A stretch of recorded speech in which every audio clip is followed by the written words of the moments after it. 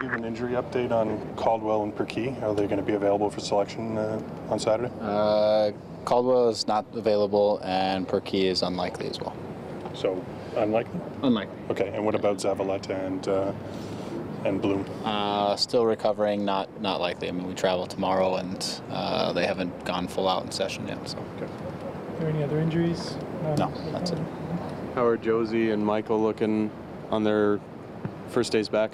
Good. They came in yesterday as soon as they got in and did some regen and just some work at in the gym and with the training staff. And today we're very light, just again recovery, but good mindset, physically feeling good, so they'll be fine.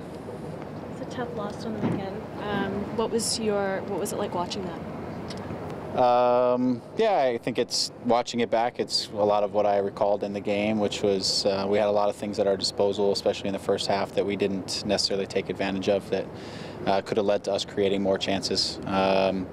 Having watched it back again, I was a little more disappointed that we didn't get an offside call when there probably should have been an offside call. I actually spoke to one of the coaches during the game, thinking why were we unable to catch him offside? And in fact, we actually did. So I gave them a little bit of credit for that, for our two younger center backs holding a pretty solid line in the end. So it's disappointing, but we still had to address the things that we weren't good enough at, which was dealing with crosses and some things that we continue to have to get better at. In terms of the second half, I thought we were better. I thought we dominated the game, controlled the game, we created some chances, and obviously finished two chances off, one chance off, two chances off, depending on how you look at it. And so I thought we took strides in the second half of what we wanted to do. So going into this weekend will be an entirely different game. It's Chicago lines up differently than Salt Lake, and they are very much a different opponent than Salt Lake. So that's the beauty of this league. You know, no two weekends are exactly the same, and so we'll have to adapt and continue to just concentrate on who we are as we go into this weekend. What was your reaction to the disciplinary committee suspending Moore? I disagree with it. I mean, I've seen many a tackle in my day. In order to be an unequivocal and clear red card, I think you got to really be going after somebody. I think also the referee was just a few yards away, so he was in position to see whether he thought it was a red card or not. But I don't agree with it, but we live with it. It is what it is, and disappointed for Luke to not be able to be with us, but we move on.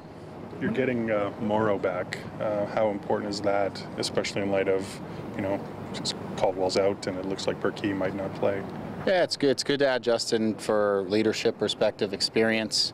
Also, Chicago's an athletic team. Justin's very athletic, so it helps us from that standpoint, but also just as a voice in terms of leadership in the back line. And so it'd be good to have Justin back. Also, he's just a good piece of the team. What sort of challenges does Harry Shipp pose? Particularly, he's a player who likes to roam all over the pitch. Yeah, that's a big thing. Obviously, he's a good player. He's good with the ball, and he is. Has a pretty free role. When he plays out wide, he actually spends probably more time on the inside, and so you just have to account for the extra player who comes wandering around in the middle of the field, and he takes up good spots, and we think he has good attacking ideas. So we just have to be aware of where he's at. But at the same time, he also leaves space open in transition when he goes wandering around the field looking to get involved in the action, and there's opportunities maybe for us in the other direction. So, but he's a good player. He's one for their team that we got to look at because he's also a good passer, and they have some guys who are athletic and can run off the ball. So obviously have to be attentive to him. Wondering if you might be able to share your thoughts on Ashton Morgan after he put in a decent attacking display against Real Salt Lake, putting in a lot of attacking crosses. What are your thoughts on him? I thought he had a good match. Again, I think I said it before. I think the positions he took up were good. I think, and talking to him, just a little bit better in terms of our crosses, the final product, and giving us a little more chance in front of goal, maybe making better decisions on which cross to hit in the final play. But all that being said, I thought he had a good game. I thought he made good defending decisions for the most part. I thought he played very controlled, which is the big thing for Ash, is just to make good decisions, not be so overly aggressive sometimes. And I thought he had a good, solid match. Your team also had a large number of corner kicks in that match, with Jovinko taking them. Hagelin did put one in that was not allowed or disallowed, but is that the combination that you're expecting to see a lot of? I mean, is Nick Hagelin, for example, your biggest threat in the box? It depends on who's on the field. You know, if Damien is out there, if Stevie's out there, if Nick is out there, obviously if Josie's out there. It varies depending on who is available in terms of selection. And the more of them you have, the more targets you have, the more the opposition has to deal with some of your size. And so on that particular day, Nick was the biggest and sort of best guy at attacking the ball, so he became a little bit more of a target. But it changes, you know, as you add Josie and different guys into the lineup, then different opportunities sort of open up in terms of running different guys to different places.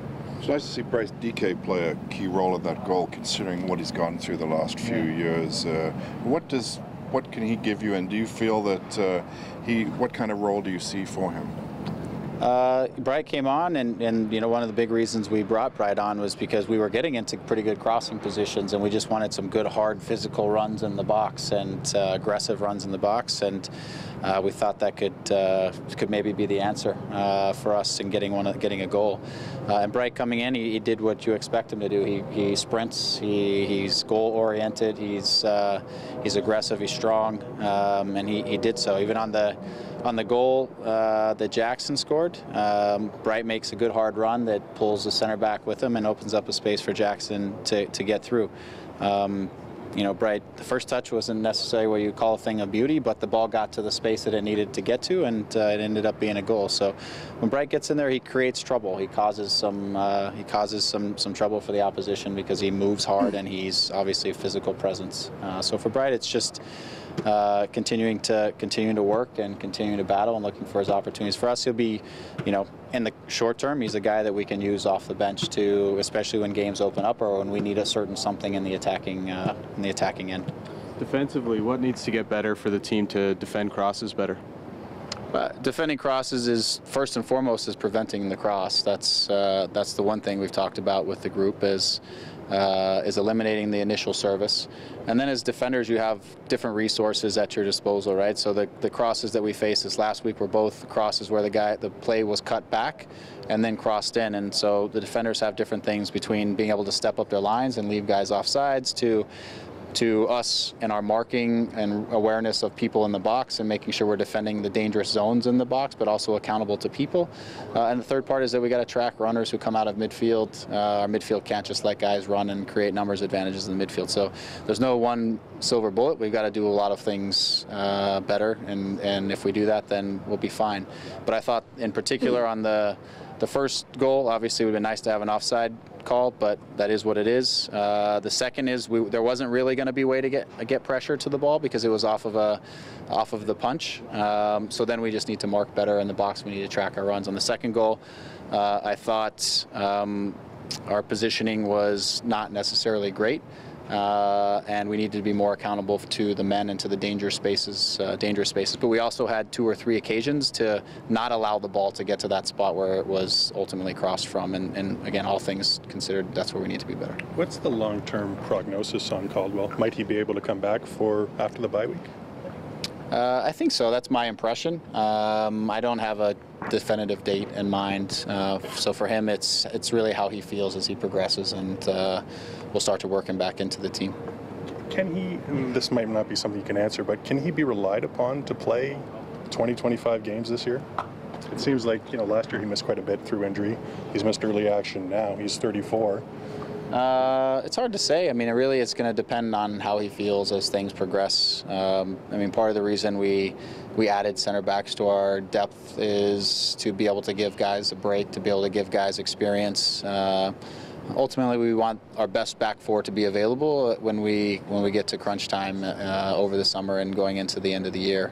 Right now, guys are gaining experience, and that's a positive thing for us. Greg, sorry, I missed the very first question. You said that Caldwell was questionable and Perky? No, Caldwell is not available. He's not progressed, and Perky is likely not going to happen just by virtue of where he's at and the fact that we go into a bye week and whether we want to take a big risk with him or not. So we're no intention to really push him beyond his limits. And Bloom and Zavaleta are the same. Bloom and Zavaleta are the same. They're all really close. It's just a matter of it's a risk reward right now with one game before going into a 2-week break. Right. I'm sure you felt good about going into your defense last game, but do you feel a bit better this week after seeing them last week? Yeah, yes, and adding Justin adds another another option to the mix. But it's again a very different attack than last week. We obviously last week a 4-3-3. If Chicago comes back with the same thing, it would be a 4-4-2. Defending the center backs defending one forward versus the center backs defending two forwards is a little bit different. But yes, I thought guys stepped up by and large on the defending side last week. Guys like Clement too, I thought had a very solid match. Even Nick getting a game, another game under his belt is always a positive thing, and Ash had a good game as well. So, and Warren got another match at right back under his belt. I thought, from a defensive standpoint, he did a decent job, but I thought he was a little bit conservative on the attacking side, and maybe not. It didn't give us as much on the attacking side that he's capable of. So, some people look at this game and they expect you to win it. Obviously, you know it's going to be a bit more difficult like that. Do you have to communicate that to the players, or obviously they respect the Chicago Fire? Yeah, we respect them for sure. They are a team who has some weapons in their disposal, and they can hurt you, especially if given the opportunity. But we see it as a game that we likewise really want to go and pick up 3 points. That's what our objective is as we go there. We want to, out of these first 4 matches, to at least have half of the points, and that would be a good start for us on the road with 4 games on the road. So that's our intention.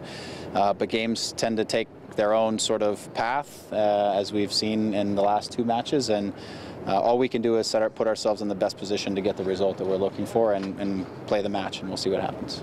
Greg,